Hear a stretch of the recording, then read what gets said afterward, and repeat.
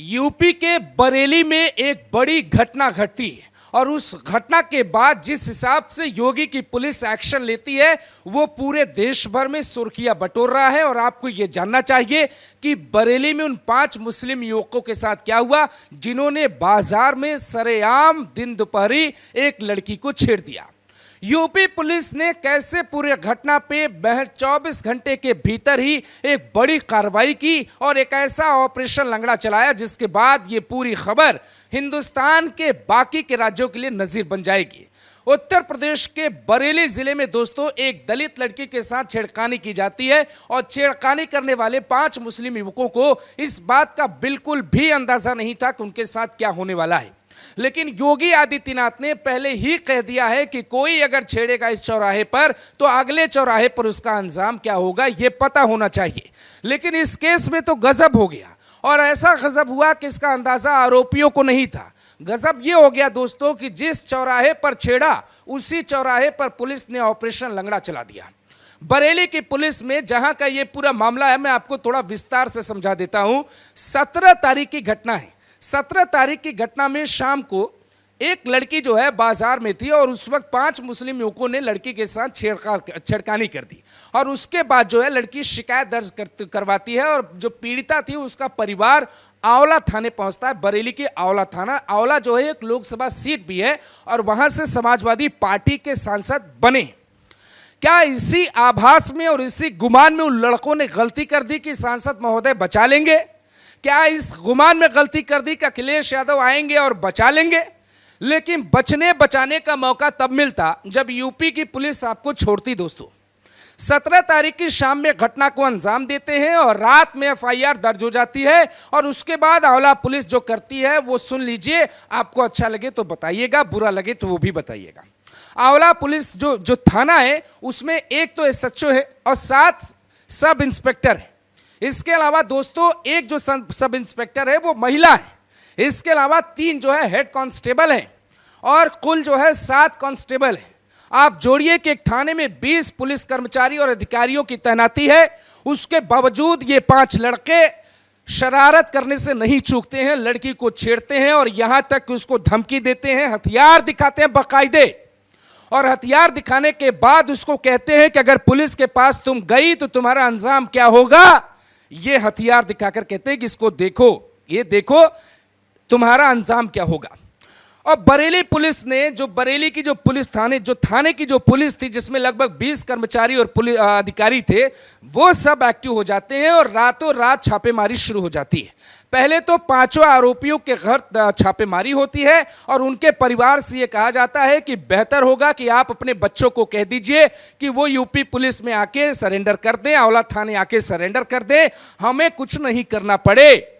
लेकिन उनका परिवार उन्हें समझाता है या नहीं समझाता इसकी जानकारी नहीं है। यूपी पुलिस अपना ऑपरेशन जारी रखती है। एसएसपी जो है लगातार टीम से बात करते हैं और दूसरे दिन जो होता है वो पश्चिम बंगाल में नहीं हो पाएगा। पश्चिम बंगाल में पहले बंगाल की पुलिस ने जांच की, उसके बाद सीबीआई ने जांच की। लेकिन अगर एक बार यूपी पुलिस को बुला लेती पश्चिम बंगाल की मुख्यमंत्री ममता बनर्जी तो दूध का दूध और पानी का पानी हो जाता। आपको एक एक साक्ष्य दिखाएंगे कि क्या आरोपियों को पकड़ने के बाद ऑपरेशन लंगड़ा चलाया गया। दोस्तों क्या ऑपरेशन लंगड़ा में उनको तब शामिल किया गया उनको बता के कि तुम अगर सड़क पे छेड़खानी कर सकते हो तो पुलिस क्या कर सकती है। क्योंकि जिस हिसाब से ऑपरेशन चलाया गया है और दोनों के दाहिने पैर में जो निशान आपको दिखाई दे रहे हैं वो अपने आप में पूरी कहानी बताते हैं। भागो कितना भागोगे, पकड़े जाओगे तो अंजाम क्या होगा इसका परिणाम सबको पता है। और यूपी पुलिस वही करती है। 2 आरोपी उसमें से पुलिस के हत्थे चढ़ जाते हैं और पुलिस के हत्थे जब वो चढ़ते हैं तो पुलिस जो है वही करती है। देखकर ऐसा ही लगता है दोस्तों कि पहले पकड़ा गया है और पकड़ने के बाद उन्हें बताया गया है कि सुनो तुम तो अब दोबारा करने लायक रहोगे नहीं, दूसरा कोई ऐसा ना करे इसलिए ऐसा करना पड़ेगा। कई बार क्या होता है कि पाप को मिटाने के लिए एक नेक इंसान को भी पापी बनना ही पड़ता है और यूपी की बरेली पुलिस ने एकदम वही किया। जिसको गलत बोलना है गलत बोल सकता है, लेकिन यूपी के भीतर जिनको बेटियों की सुरक्षा की चिंता है वो गलत नहीं बोलेंगे। बेटी किस धर्म की है, किस जाति की है, अगर आप ये सोचेंगे तो आप डीएनए टेस्ट और नार्को टेस्ट की मांग करेंगे, लेकिन यूपी की बेटी सिर्फ एक बेटी है, उसकी सुरक्षा जरूरी है। अगर आप ऐसा सोचते हैं तो आप कहेंगे कि बरेली पुलिस की पीठ थपथपानी चाहिए और उन्हें भी उस तरीके से वीरता का पुरस्कार मिलना चाहिए जैसे अतीक अहमद के बेटे असद की एनकाउंटर करने वाली टीम को मिला है। ये तमाम बातें आप इसलिए सुन रहे हैं और मैं आपको इसलिए सुना रहा हूं क्योंकि कई बार एक छोटी सी घटना एक रोल मॉडल बन जाती है। कई बार किसी एक्टर की जिंदगी में छोटी सी घटना उसे बहुत कामयाबी तक लेकर जाती है और कई बार छोटी सी घटना बहुत असफलता का कारण बन जाती है। दोस्तों, बरेली के भीतर 2 अपराधियों को तुरंत पुलिस ने जो है भर्ती करा दिया सरकारी अस्पताल में। दोनों के पैर में लग गई गोली और दोनों जो है एनकाउंटर का शिकार हो गए। और बरेली के भीतर ये शहर, पूरे शहर में ये मैसेज गया कि बेटियों को छोड़ोगे तो पुलिस छोड़ेगी नहीं। बाकी के 3 अपराधी क्या सांस ले पा रहे हैं, क्या वो सो पा रहे हैं? उनकी कल्पना करने की जरूरत नहीं, उनकी नींद उड़ चुकी होगी। उनको पता है कि पकड़े गए तो फिर ऑपरेशन लंगड़ा का शिकार होंगे। गनीमत यह रहेगी कि आप थाने में जाके सरेंडर कर दीजिए और 24 घंटे के पहले बेटी को न्याय मिल गया।